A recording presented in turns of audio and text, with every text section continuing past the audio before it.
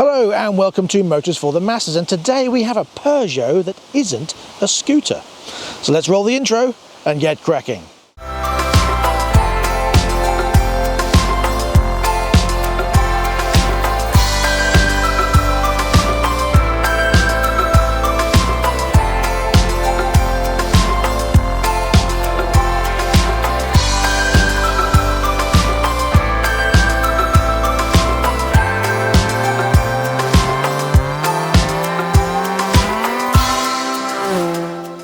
Now, Peugeot have made a motorcycle before. The De Dion wheel-mounted engine motorised bicycle back in 1898, and continued making them, changing and racing them up until 1952.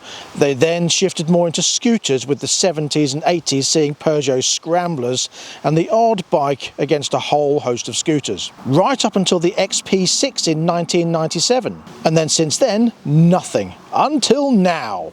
I introduce to you the Peugeot PM-01.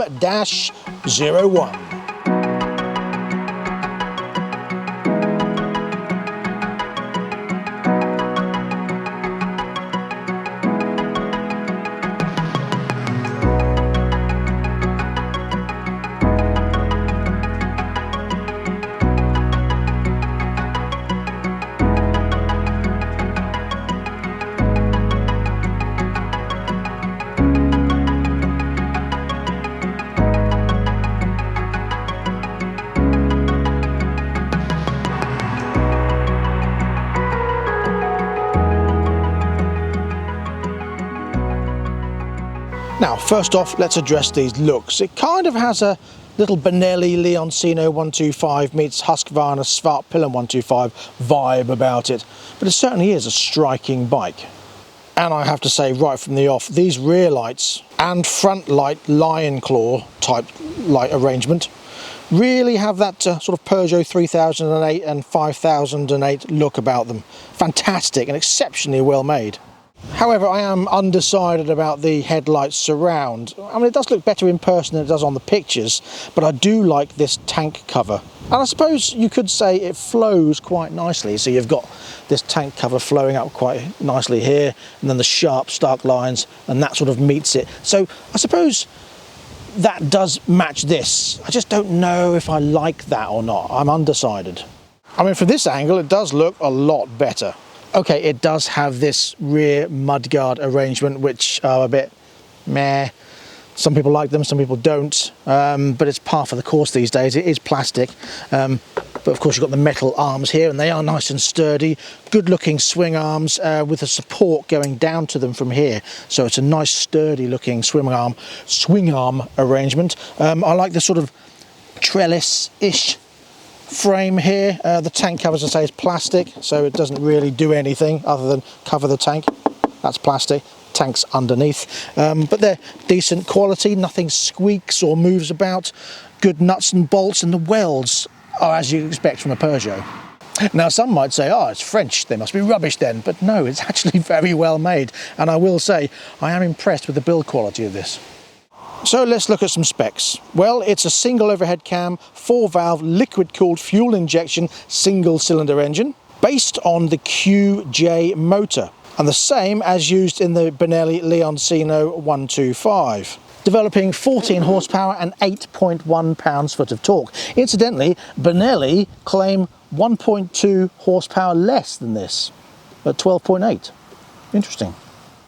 You get a 6-speed box and has a top speed of 62 miles an hour, but we will try that out later on the dual carriageway, see if it gets less, or perhaps even more than that.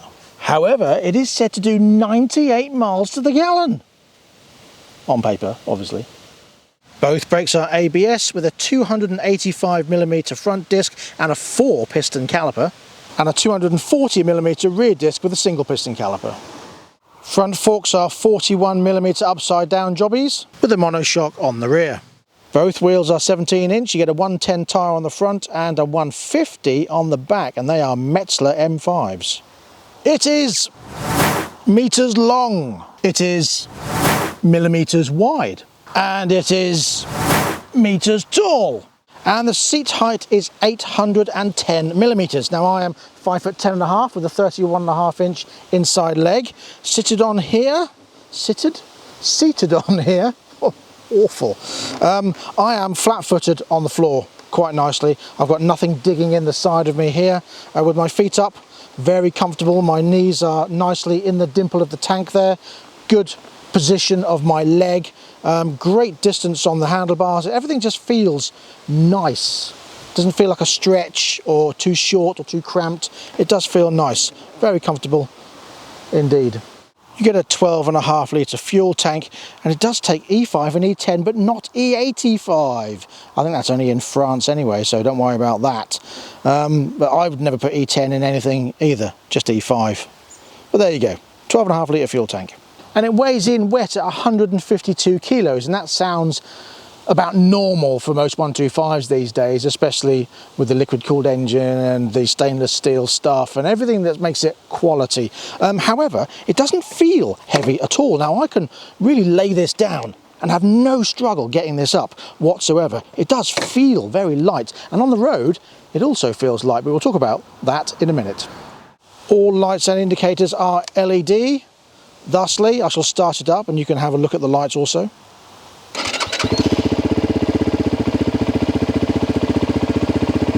Main beam, not main beam, flash, flash, flash. And on the rear you've really got that claw light showing up. Brake light is quite nice as well, very bright. I do like that a lot. And the indicators, very visible as well on the side and on the rear. Very bright. Even in the glaring sun, you can still see them really, really easily. And on the front, they're sequential. Very nice. So, perfect opportunity to have a listen to it. I'm going to turn it off and start it again, and you can hear the little pop and fart. Sounds like a fart in a bath, like a lot of 125s with stainless steel back boxes. It was okay, but it's a bit, you know, Euro 5'd. When you give it a bit of a rev, it's got a bit of a deep rumbly rasp to it.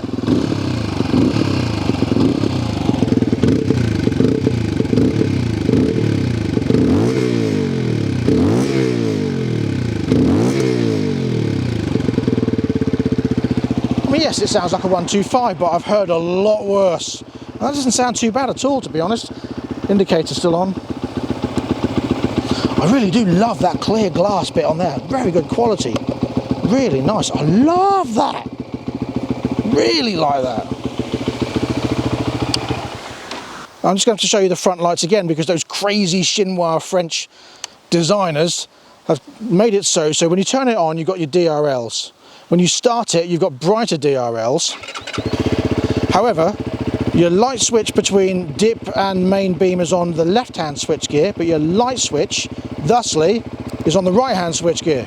So you've got lights first, and then you've got main beam and dip on the left and the flash on the left. And then the right one turns the lights off, and then you've got your DRLs.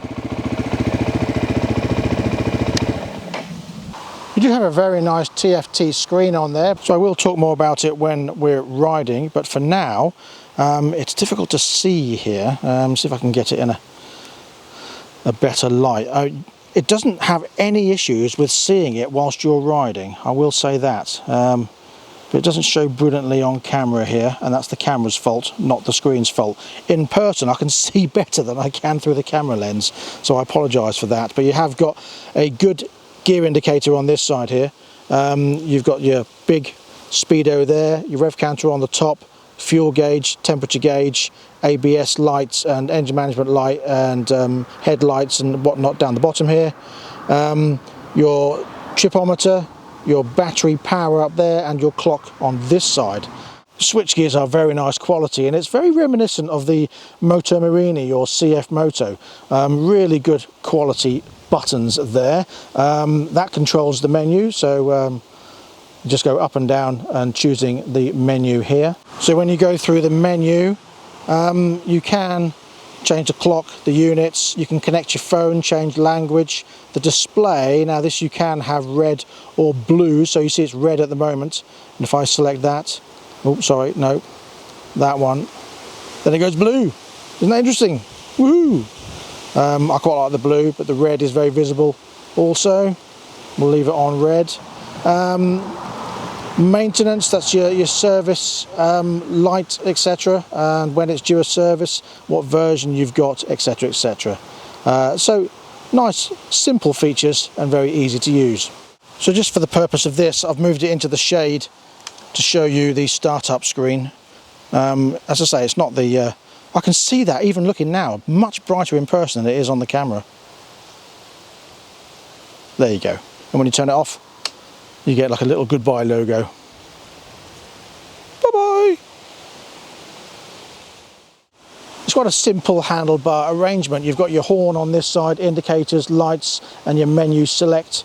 Your USB in the middle there, waterproof, but obviously it's not going to be when you've got anything plugged into it, so probably not very good in the wet, I would say. On this side you've got your kill switch, your main light on switch, your hazard flashes, and your start button. One thing that is disappointing is that the front part, or the downpipe of the exhaust, is mild steel with a stainless steel back box. I mean, you can almost see it's starting to go a little bit white now, and it's only done a few hundred miles. So you'd like to think that the quality will stay and it won't be a cheap mild steel one. But there we go. How much would it cost just to make the whole thing stainless? Seriously, I mean, don't be cheap, Peugeot. Seriously, don't.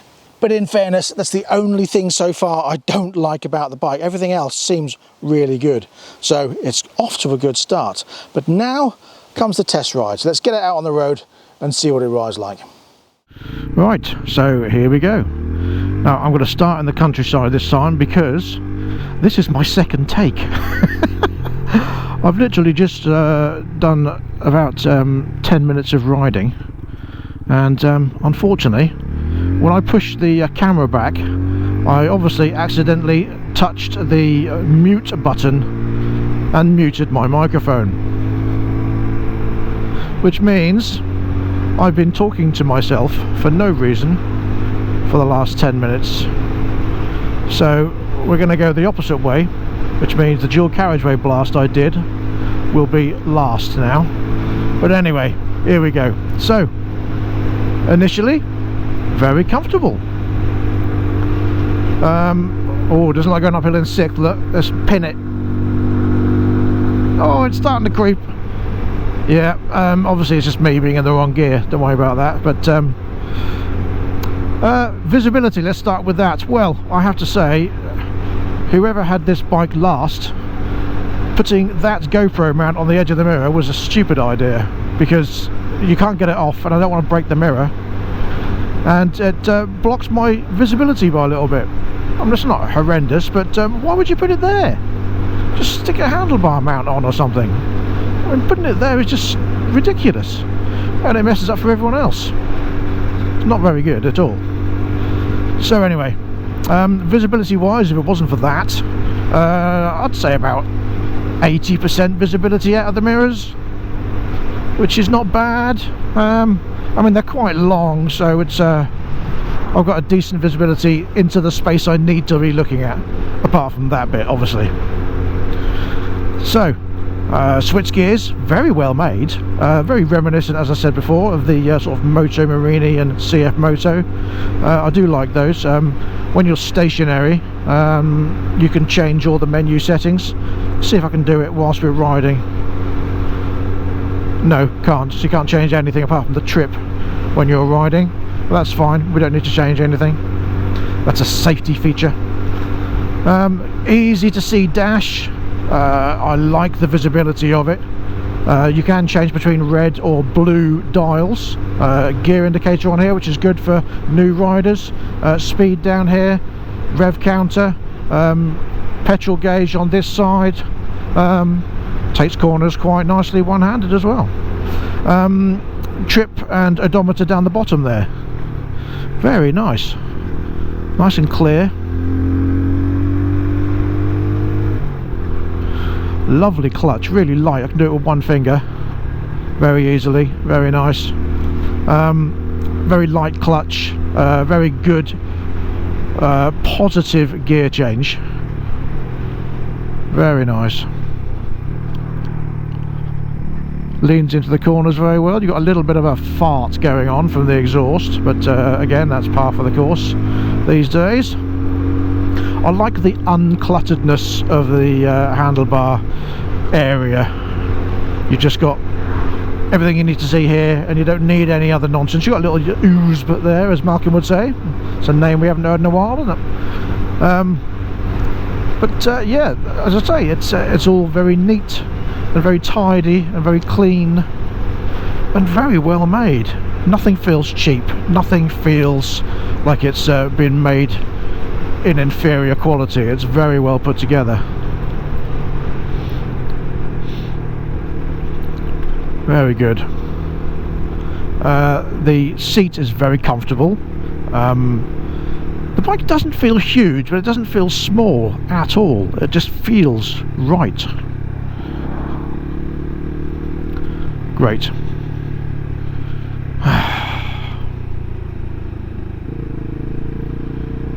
14 miles an hour. Why does it say 25 on the back of your digger dumper thing then? Okay, well, this is a good way of testing the low speed. Yes, it does low speed very well. Okay, I shall be back with you when this dumper has gone. Actually, it gives me a chance to talk about the comfortability and stuff like that. Well, the handlebars feel at a decent width. I don't really have any vibrations going on at this moment. As I say, the gear change is nice. It's a good gearing as well.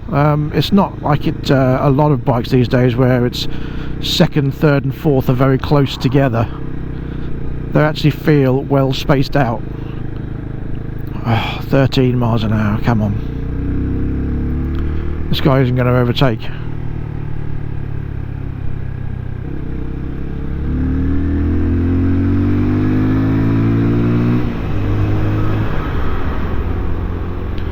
Nice and safe to do so, so I shall. Don't mind me, you carry on. So, yeah, the seat's very comfortable. It's not digging in me in any way. I've got quite a thin tank at this end here, so it's not as if anything's digging in my legs. It's quite a bumpy road, but the suspension absorbs it quite nicely. Front suspension, rear suspension working together quite well, I would say. They've put it together pretty well. The bike doesn't feel big, it doesn't feel small, it feels just right. Oh, it's like a line from Goldilocks and the Three Bears. It's not too big and it's not too small. It feels just right, said Daddy Bear. Sorry. So in a minute we're going to take it on the dual carriageway and see how it fares at normal riding speeds. For now, even at 6th gear at 30 miles an hour, it's quite serene, very comfortable. It doesn't feel like it's struggling. The handling's pretty good. It feels quite light, to be honest, quite nimble. It's very easy to flick round corners. Yeah, I'm liking this. I was expecting to be a bit meh about it, like, okay, yeah, well done, you've made a 125, it's just like every other 125 out there. And in many ways it is, but in other ways it's also much more superior. The quality feels good. Like the things like the switch gears, they are nice switch gears, they're well made. I mean, they're generic mirrors of course, but that works quite well. Oh look, a GTO. But everything else feels good quality. Why is it there? Is that for sale? Ooh. So yeah, sorry. The seat feels nice and comfortable. Everything just feels good quality. Nothing feels cheap and nasty. It's sort of what you'd expect from a upper quality brand like Peugeot.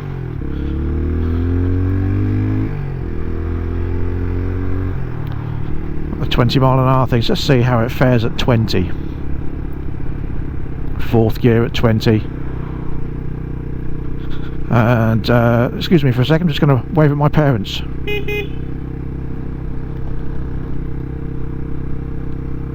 Well, it can do 20 in 6th without it being a problem. Pulling up to 30 in 6th. Yes. So it does do it without it being a struggle. This gearing is pretty well done, to be honest. So again, we got up to 40 in a second. Holds at 30 very well.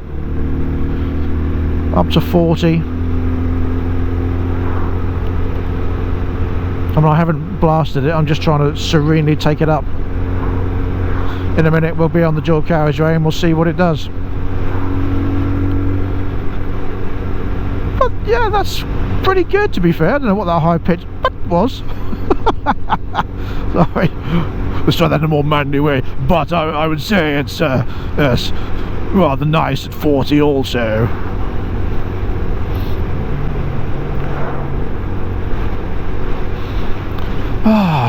Oh, nice to enjoy the countryside. I've got a slight headwind breeze, so I don't know how that's going to fare on the dual carriageway. I can feel it pushing me back. I am obviously 100 kilos and I am carrying a bag with a load of camera equipment in, so I've probably got about 110 kilos, maybe a bit more, sitting on the seat. Going uphill in 6th here. It does creep up, but you would need to be in a lower gear. That's to be expected. I mean, when that truck just went past me, I got a bit of a breeze, but it didn't push me. I felt quite planted. Brakes are pretty decent. They don't anchor you on and slam you over the front, but they do stop you quite nicely. Good pull away, not much of a delay. Decent acceleration for a 125. I mean, here we go, up in the gears, look. Up in the revs, sorry. Yeah, I mean, that's not bad. I mean, that sort of bodes well for what I'm going to get on the dual carriageway here. But you will find out in about a minute.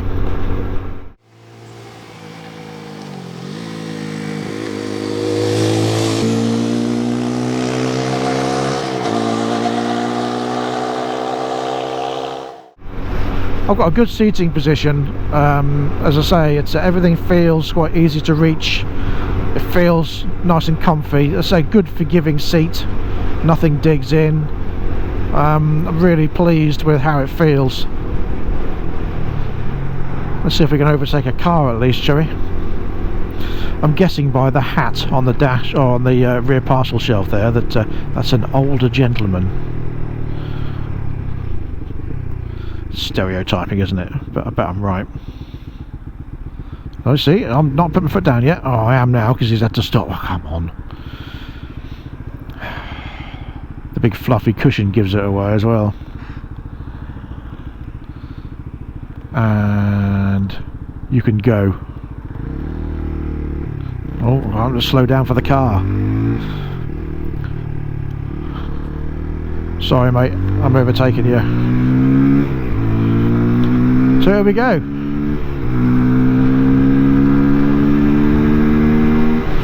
Okay, I've got a little bit of a vibration through the pegs at about 8,500 RPM. Up into 6th, and we're already doing 60. They say 62 on paper, so let's see. So we've already gone past that. 64. Okay, well, that was alright. Now I will report that on my first bit of video I did, which I shall insert here in a second, I did get up to 67.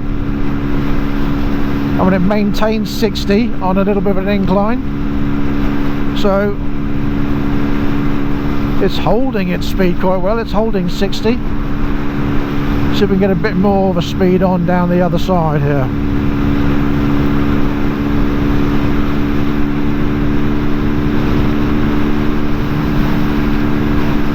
Got a bit of a crosswind now.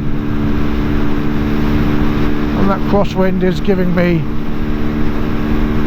a bit of a hold up. 63, 64, no, brake for the roundabout. See if we can get a bit more speed up on the other side.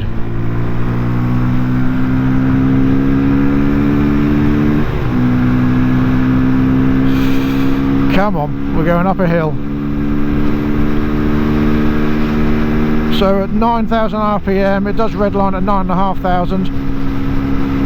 6th gear, 57, and I think I might have to overtake something.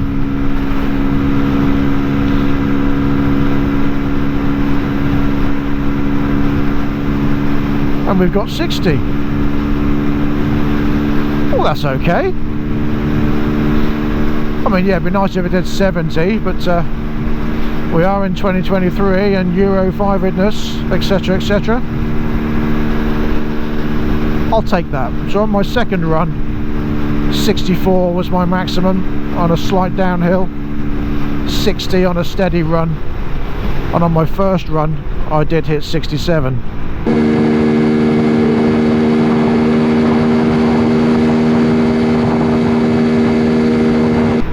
So I'm quite pleased with that. That's quite a consistent speed of around 60-ish. So that's pretty good, to be fair. You know, it's comfortable, it's pretty well planted, it rides well, it's got good gearing. I like the gearing. It's a proper amount of speed in each gear, not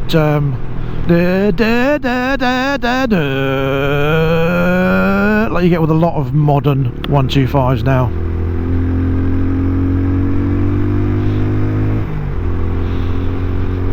Oh, I can smell the carvery. Oh, that smells so good. Let's go back into the country roads again. Well, I have to say, I'm not disappointed one little bit. I'm really pleased, actually. Corners well. There's no skipping in the corners. The Metzler tyres are holding the road quite well, and they are bumpy roads. We are in a 60 mile an hour zone here.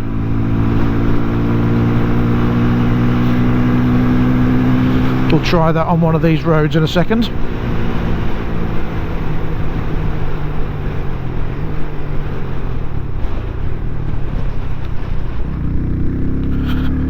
At the lower revs you have got a bit of a fart going on from that stainless steel back box, but it sounds okay. You know, it's quite run-of-the-mill for 125s now. As I say, it's a bumpy road here, and it's absorbing it quite nicely in all these little divots and bumps through the suspension.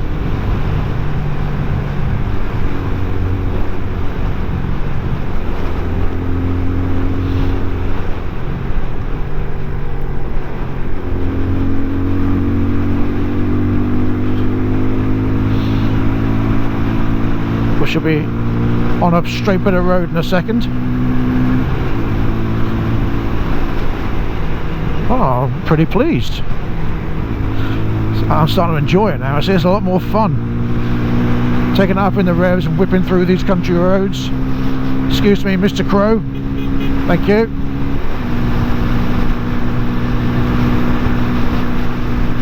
So I've got a big crosswind here now, and I'm not being blown about. I'm not having to lean it over to compensate.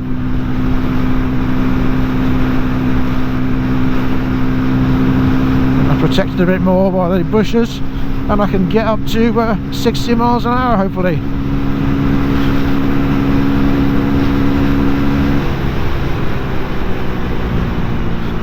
Well,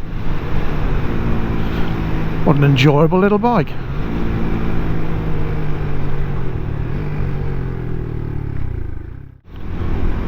And do you know what? This is a fun bike.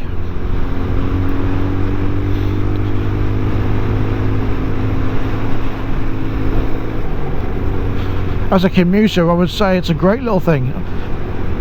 As a first bike, I would say it's ideal. The price point's not bad at all. You'll find out that in a short while. A little bit of skip on the gravel, but that was more my fault than the bikes. So as I say, as a first bike, I would say it's ideal.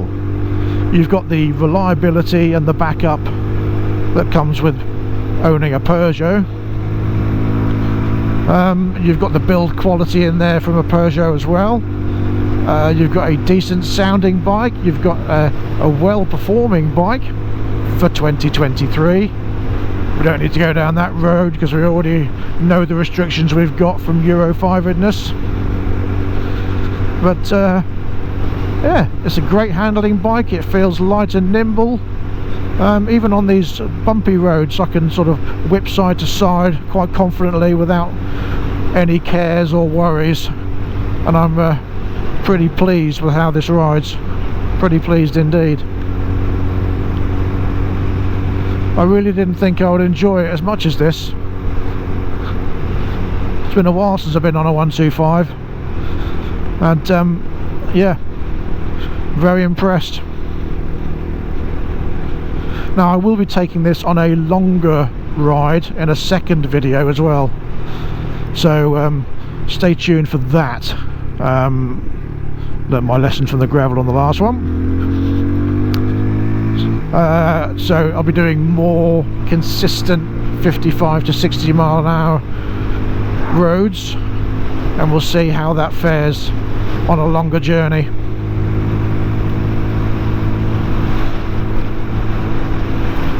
But for now, the wind is picking up as well, as I've been filming since the first thing this morning. Been riding it for a good hour or so solidly, and nothing aches, nothing hurts. I've got no pain in my posterior. As I say, the only bit of buzz I get, nothing from the handlebars, the only bit of buzz I get is through my feet when I take it up in the revs at about 8,500 RPM as I change gear. Other than that, I don't really get any vibe whatsoever.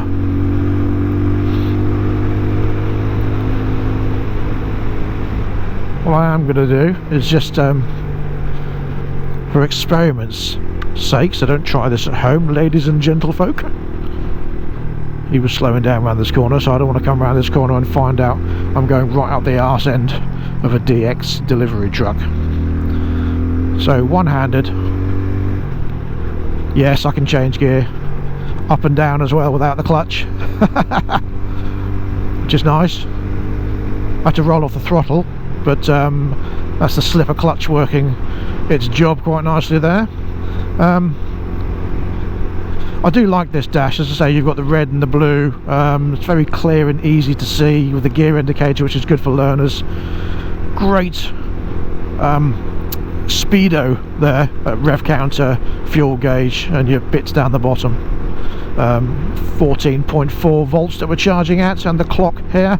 You have got the buttons on there, obviously, to connect your phone to Bluetooth and your phone connectivity. And as I say, it's very simple to ride. I'm so pleased with how this handles and rides, and I didn't think I would be. But well done, Peugeot. Your first attempt at a bike for 15 years, and yeah, you're doing well. Great, that's where I'm going, mate.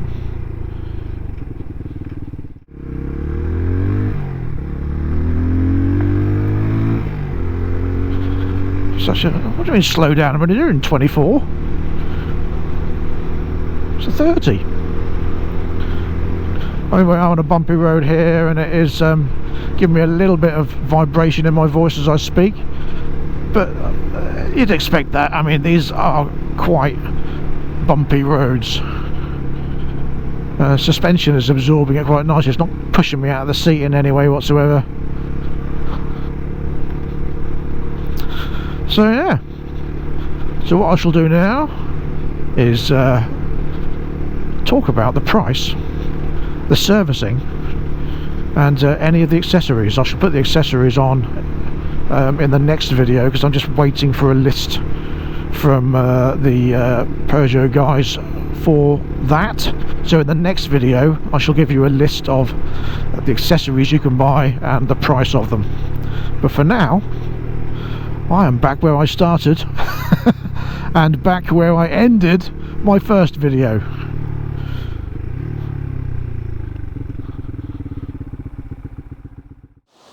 So there we go, and here we are back at another church.